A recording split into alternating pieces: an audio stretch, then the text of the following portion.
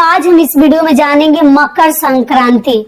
मकर संक्रांति से संबंधित बहुत सारी महत्वपूर्ण बातें, जैसे सुबह से लेकर और शाम तक के महत्वपूर्ण नियम विधि भी जानेंगे। साथ में जानेंगे आप लोग तिल को लेकर कुछ सवाल किए हैं, प्रश्न किए हैं, तिल कब तक खरीदनी चाहिए, और भी कुछ महत्वपूर्ण प्रश्न है, जैसे कि दीदी महाकुंभ के मेले में क्या हम स्नान करने जा सकते हैं अगर हमारे घर में इस प्रकार की घटना हो गई है तो, और भी कुछ बातें हैं। सभी प्रकार के महत्वपूर्ण बातें आज हम इस वीडियो में जानेंगे, तो आप लोग बने रहिए मेरे साथ मेरे चैनल पर। अगर आपको मेरा वीडियो पसंद आता है तो प्लीज आप मेरे चैनल को सब्सक्राइब कर दीजिएगा, बेल आइकन को प्रेस कर दीजिएगा, जिससे कि मेरे वीडियो के नए नोटिफिकेशन आप सभी के पास सबसे पहले पहुंचे। तो चलिए शुरू करते हैं और सभी महत्वपूर्ण बातें जान लेते हैं। तो सबसे पहले दोस्तों आपको बता दूं कि आप लोगों ने पूछा है कि किसी भी प्रकार का नया व्रत, जैसे कि एकादशी का व्रत आने वाला है तो क्या हम कर सकते हैं। तो जी नहीं, खरमास में 14 जनवरी से पहले आपको किसी भी प्रकार का नया व्रत शुरू नहीं करनी है। और खिचड़ी का पर्व, मकर संक्रांति का पर्व सब लोग अपने अपने राज्य में अपने अपने नाम से जानते हैं, अपने अपने तरीके से लोग सेलिब्रेट करते हैं, मनाते हैं। तो वो हमें कब मनानी है? 14 जनवरी को। दिन है मंगलवार। मंगलवार के दिन हमें मकर संक्रांति का पर्व मनानी है, खिचड़ी का, और उसके अगले दिन से आप कोई भी नया व्रत शुरू कर सकते हैं। शुक्ल पक्ष देखकर कोई भी व्रत आप लोग उठाइएगा, जैसे कि गुरुवार का व्रत हो या कोई भी व्रत अगर आपने सोच रखा है तो आप लोग जरूर उठा लीजिएगा। अब रह गई स्नान के लिए, आप लोग पूछे हैं, पहले आप लोगों का जो प्रश्न है वो जान लेते हैं। और दोस्तों मेरा आवाज थोड़ा सा ठीक हो गया है, बहुत सारे लोगों ने मतलब जो भी मेरी बहनें हैं, मेरे शुभ चिंतक है, आप सभी को दिल से धन्यवाद। और हर ठंडी में होना ही होना है, बचाते रह जाते हूँ फिर भी गला खराब हो जाता है, लेकिन अभी ठीक हूँ। और दोस्तों सबसे पहले आपको बता दूं, आप लोगों ने पूछा है कि दीदी हमें कुंभ में स्नान के लिए, मतलब शाही स्नान के लिए जाना है, महाकुंभ जो प्रयागराज में लग रहा है 12 वर्षों के बाद, आप लोग को मालूम ही है। तो कौन कौन जा रहा है जरूर मुझे बताइएगा। और हम लोग भी मतलब अभी एकदम क्लियर नहीं बोलूंगी कि जा रहे कि नहीं जा रहे हैं, लेकिन सोच रहे हैं, प्लानिंग कर रहे हैं, क्योंकि जब डिफेंस में रहने की वजह से बहुत सारे तीर्थ स्थल छूट गए हैं। इस प्रकार के पुण्य वाले कार्य हम लोग, जो कि संगम में सब लोग स्नान करते हैं, सभी को मालूम है, गंगा यमुना सरस्वती संगम के तट पे ये महाकुंभ लगता है। और इतने सालों के बाद तो हम लोग कहीं इससे बहुत दूर हो गए थे। अभी सोचते हैं कि जब भी समय मिला है, क्योंकि उम्र हो जाएगा ना, तो फिर हम जो है बहुत सारे तीर्थ धाम नहीं कर सकते हैं। और जो सामने पड़ जाता है, जो मतलब अगर स्थिति वैसी हो जाती है, संयोग साथ दे देता है, तो हमें कर ही लेनी चाहिए, दिन नहीं रखनी चाहिए। लोग कौन कौन जाएगा जरूर मुझे कमेंट करके बताइएगा। तो जो आप लोगों के प्रश्न है वो भी बताऊंगी। और हमारा अभी देखिए फाइनल नहीं है, लेकिन कोशिश करूंगी कि हम लोग भी कुंभ का स्नान करके आए। ऐसा माना जाता है कि हमें बहुत अधिक पुण्य फल की प्राप्ति होती है, पापों का नाश होता है।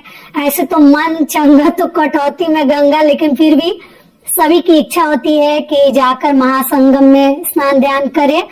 और शाही स्नान है, आप लोग को मालूम ही है, 4-5 दिन है जो कि उस दिन करना। तो हम लोग शाही स्नान में तो फाइनल नहीं है कि जा पाएंगे या नहीं जा पाएंगे, लेकिन आगे पीछे थोड़ा बहुत जाएंगे, क्योंकि भीड़ तो काफी रहेगी। और जो लोग प्रयागराज से हैं उनके लिए तो पूछना ही नहीं है। कौन कौन सी बहनें मेरी प्रयागराज से है और कौन कौन लोग हैं, आप लोग जरूर बताइएगा कि आप लोग हैं कि नहीं। कोशिश करूंगी मिलती, लेकिन इतना भीड़ रहेगा कि बहुत ही मुश्किल होगा। कैसे भी देखते हैं, अभी फाइनल नहीं है।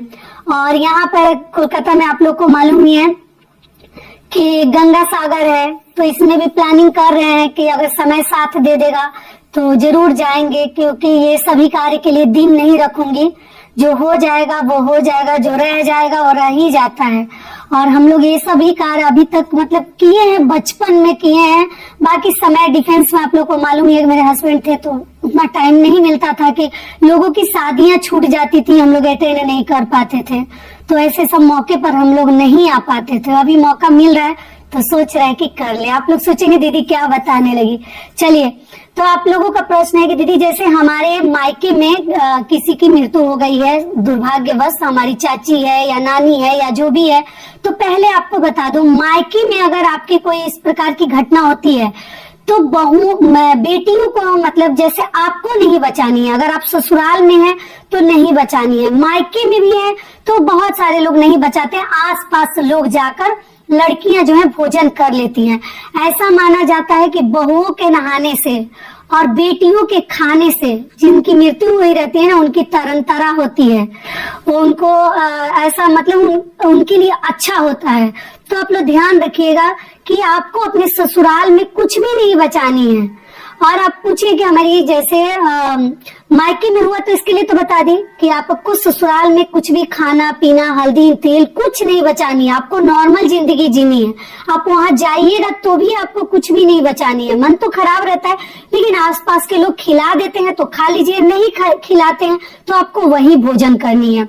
और ससुराल में अगर मान लीजिए सास की आप पूछे कि अगस्त में डेथ हो गई थी दीदी, तो क्या हम जैसे महाकुंभ में जा सकते हैं, या और भी बहनें मेरी बोली है कि हम कोई नया व्रत उठा सकते हैं। जी, आप लोग सभी प्रकार के कार्य कर सकते हैं। कुछ लोग हैं जिससे घर में किसी की मृत्यु हो जाती है तो 1 साल तक कोई नया कार्य नहीं करते, नया व्रत उठाते हैं, लेकिन ऐसा कुछ हर घर में नहीं है।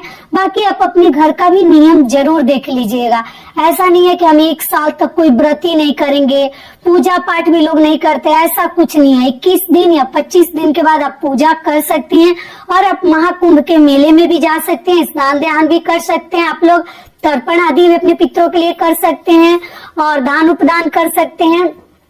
और आप जो है कोई नया व्रत भी शुरू कर सकते हैं। तिल चौथ के व्रत के लिए आप पूछी थी तो आपको बता दी। क्लियर हो गया। अब चलिए आपका अगला प्रश्न है कि तिल को लेकर कि तिल हमें कब खरीदनी चाहिए और क्यों खरीदनी चाहिए। तो देखिए, क्यों का तो नियम नहीं जानते, लेकिन बड़े बुजुर्ग कहते हैं कि माघ में हमें तिल नहीं खरीदनी चाहिए, जो कि सही नहीं होता। हमें पौष माह में ही तिल खरीद लेनी चाहिए। पौष माह जो है, खरमास जो है, व्रत उठाने के लिए शुभ नहीं है, लेकिन तिल खरीदने के लिए काला वाला तिल या सफेद जो भी बहुत ही शुभ और सही माह माना जाता है। तो पौष में ही आपको मतलब 13 जनवरी के अंदर पूर्णिमा है उस दिन, उस 13 जनवरी तक आप लोग तिल खरीद लीजिए। आपका मकर संक्रांति के भी पूजा में काम में आ जाएगा। लड्डू लाई वगैरह आप लोग बना सकते हैं, गणेश जी को चढ़ा सकते हैं तिल चौथ के व्रत में। तो आप लोग 13 जनवरी से पहले तिल वगैरह खरीद लीजिए, क्योंकि माघ में तिल नहीं खरीदनी चाहिए। ये भी एक साथ में बता दूं, कुछ बहनों का मान लीजिए गलती से जो वीडियो नहीं देख पाते हैं या जिन तक ये बातें नहीं पहुंच पाती है, जिनको मालूम नहीं रहता, बाद में आप लोग बहुत ज्यादा परेशान हो जाती है, हम नहीं खरीदे दीदी तो अब क्या होगा, तो इससे कोई दोष लगेगा। तो जी नहीं, अगर खरीदा जाता है तो खरीद लीजिए, बहुत अच्छी बात है। मान लीजिए कि किसी कारणवश आप नहीं खरीद पाती हैं, तो आप लोग जैसे माघ में भी आप क्या कीजिएगा, गणेश जी को चढ़ाना है, मकर संक्रांति में पूजा पाठ में तो भी आप लोग खरीद सकती हैं, लेकिन कोशिश कीजिएगा कि पौष में खरीद ले तो ज्यादा बेहतर होगा। ये हो गया। अब चलिए मकर संक्रांति से संबंधित अब सभी बातें जान लेते हैं। तो मकर संक्रांति का पर्व 2025 में 14 जनवरी को हम मनाएंगे। और आपको बता दूं, ये जो शाही स्नान है, जो महाकुंभ का मेला लग रहा है, कब से शुरू हो रहा है और कब समाप्त हो रहा है, तो आपको बता दूं 13 जनवरी से लेकर और 26 फरवरी के बीच में 26 तक है। उसके अंदर आप जब कभी भी चाहें आप लोग जाकर अपने समय के हिसाब से देख लीजिएगा, जब भी आपको समय मिलता है आप लोग जाकर स्नान ध्यान कर सकते हैं। और आप लोग पतंग वगैरह ना उस दिन उड़ाएं। बहुत सारे लोग पतंग वगैरह उड़ाते हैं जिससे पक्षियों का जान चला जाता है, धागे में गले वगैरह में लग जाता है उनके, तो थोड़ा बच बचा कर रहिएगा।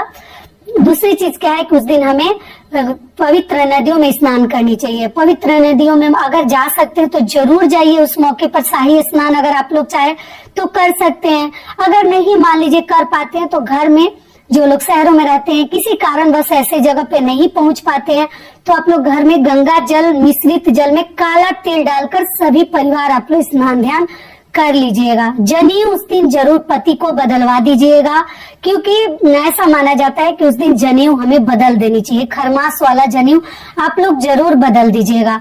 और रह गई दान की बात, तो आप जैसे गंगा स्थान पे जाते हैं तो वहां पर आप लोग गंगा जी की पूजा पाठ कर सकते हैं, और घर में भी पूजा पाठ करके पहले दान करनी है हमें। उस दिन पहले आप लोग स्नान ध्यान करके सबसे पहले दान किया जाता है, क्योंकि स्नान के बाद अगर हम जो भी चीज मान लीजिए स्पर्श करते हैं वो दान माना जाता है। तो आप लोग पहले सभी चीजों को एक जगह सजाकर तब स्नान करने जाइएगा। दाल, उड़द की दाल, ये जो भी दाल आप देख लीजिए, मूंग दाल कुछ लोग करते हैं, कुछ लोग अरहर, चने की दाल, हल्दी लेनी है, मसूर की दाल वगैरह नहीं लेते हैं, हल्दी चाहिए, तिल के लड्डू चाहिए या तिल चाहिए, अदरक चाहिए, ये सब चीजें, नमक भी ले सकते हैं। इन सब चीजों को घी चाहिए अगर मिल जाए तो, नहीं है तो केवल दाल, चावल, आलू, सब्जियां, मटर, गोभी सजा कर रखकर, या कुछ पैसे, या केवल चावल और तिल का भी आप लोग देखिएगा, मैं ओल्ड वीडियोज में करके भी दिखाई हूँ, आप लोग चाहे तो चेकआउट कर सकते हैं। और सजा कर रखकर सभी परिवार के लिए चले जाइएगा। वहां से आकर एक एक आदमी स्पर्श करके प्रणाम करते जाएगा। और विष्णु भगवान के नाम से हमें कोई भी चीज मतलब छूनी चाहिए, दान करनी चाहिए। हर चीजों को छूकर, बर्तन हो, कपड़ा हो, ऊनी वस्त्र हो, जो भगवान ने आपको दिया है, जो आपको मन हो रहा है, इच्छा हो रही है, आप लोग दान कर सकते हैं। उसके बाद से हम सूर्य भगवान को जल देंगे, पूजा पाठ करेंगे। और अपने घर में कुछ लोग सुबह में ही खिचड़ी बनाते हैं और कुछ लोग शाम को खिचड़ी बनाते हैं। तो हमारे घर में तो हम लोग सुबह में जैसे दही और चिवड़ा, चीनी, ये सब चीजें खाते हैं, सब्जियां बनाते हैं, कद्दू की सब्जी वगैरह बनाते हैं, आलू गोभी की मटर डालकर आलू दम बनाते हैं, मतलब इस प्रकार की बहुत सारी सब्जियां बनती हैं। कुछ लोग आलू बैगन का भरता, चोखा जिसको कहते हैं, वो भी बनाते हैं। तो ये सभी कार्य किया जाता है, ठीक है। और उन सभी चीजों को हम खाते हैं। आप चाहे तो अपने घर में ब्राह्मण को बुलाकर भोजन करवा सकते हैं। और हम लोग दही चिवड़ा ही खाते हैं, और चावल का, चिवड़ा का, ये सब लड्डू जिसको लाई के नाम से भी जानते हैं, ये सब चीजें उस दिन दान भी करते हैं और हम खाते भी हैं। और खाने के उपरांत शाम को हमारे यहाँ खिचड़ी बनती है। खिचड़ी मसाले वाली खिचड़ी बनती है, गोभी, मटर, आलू, टमाटर, हर प्रकार के मसाला डालकर और बनती है। तो अगर आप लोगों को भोग लगानी है तो लहसुन प्याज मत डालिएगा। अगर मान लीजिए पहले ही निकाल कर तब आप लोग लहसुन प्याज अलग से फ्राई करके डाल सकते हैं। अगर मसाले वाली खिचड़ी बनानी है तो, या भगवान के लिए अलग बना दीजिए। तो खिचड़ी का भोग भी लगाते हैं, सुबह दही चूड़ा का भोग लगाते हैं और शाम को खिचड़ी का भोग लगाते हैं। अगर मान लीजिए आपको करने लायक नहीं है, भी बता दूं, तो आप लोग रेडीमेड चीज जैसे तिल के लड्डू वगैरह का भी भोग लगा सकते हैं। पैसे का भी दान जरूर कीजिएगा, 10, 5, 2 रुपए, 4 रुपए, जो भी भगवान ने आपको दिया है जरूर किया जाता है। और शाम को हम लोग खिचड़ी खाकर और मकर संक्रांति का पर्व मनाते हैं। और उस दिन से हमारे घर में मतलब पूरे सभी लोग करते हैं, शुभ कार्य हमारे घर के आरंभ हो जाते हैं, प्रारंभ हो जाते हैं। और कोई भी नया व्रत अगर आप लोगों को शुरू करनी है तो 14 के बाद आप लोग कृष्ण पक्ष शुरू हो जाएगा, अगले दिन से प्रतिपदा से शुक्ल पक्ष से कोई भी व्रत उठेगा। ऐसा नहीं कि 14 के बाद कोई भी व्रत हम उठा लेंगे, जी नहीं, आपको शुक्ल पक्ष से कोई भी व्रत की शुरुआत करनी है, ठीक है। और अगली चीज आप लोग पूछते हैं, दीदी पुराने वाले जनेऊ का क्या करें? तो देखिए, कूड़ा कचरा में नहीं फेंकनी चाहिए, कहीं ऐसे जगह लपेट कर या बांध कर लटका दीजिए जहाँ सड़ जाए। अपने विंडो के रॉड वगैरह में भी आप लोग बांध कर छोड़ सकते हैं, जहाँ के हवा पानी धूप से ऐसे वैसे वो सड़ जाए। कूड़ा कचरा में जनेऊ वगैरह हमें नहीं फेंकनी चाहिए, न रक्षा सूत्र फेंकनी चाहिए, कहीं ना कहीं फंसा देनी चाहिए। सारी बातें क्लियर हो गई। तो इस प्रकार से हम मकर संक्रांति का त्योहार मनाएंगे। उस दिन नया वस्त्र वगैरह हमें पहननी चाहिए, कोरा का नहीं बोलूंगी, जो भी पहने साफ स्वच्छ होनी चाहिए, धुली हुई होनी चाहिए। और आप लोग पैरों में महावर वगैरह हर महिलाओं को लगाकर सिंदूर वगैरह लगानी चाहिए। मंगलवार का दिन है तो आप लोग साथ में बजरंग बली की भी पूजा कर सकते हैं। और जो लोग मंगलवार का व्रत रखते हैं तो मीठा भोजन में आप लोग दही चिवड़ा भी खा सकते हैं, नमक वाली चीजें ना खाएं, दही चिवड़ा आप लोग खा सकते हैं, भोग लगा सकते हैं। तो यही सब कार्य हम मकर संक्रांति के दिन करते हैं। तो आशा करती हूँ कि सभी बातें अभी आप लोगों के समझ में आ गई होगी।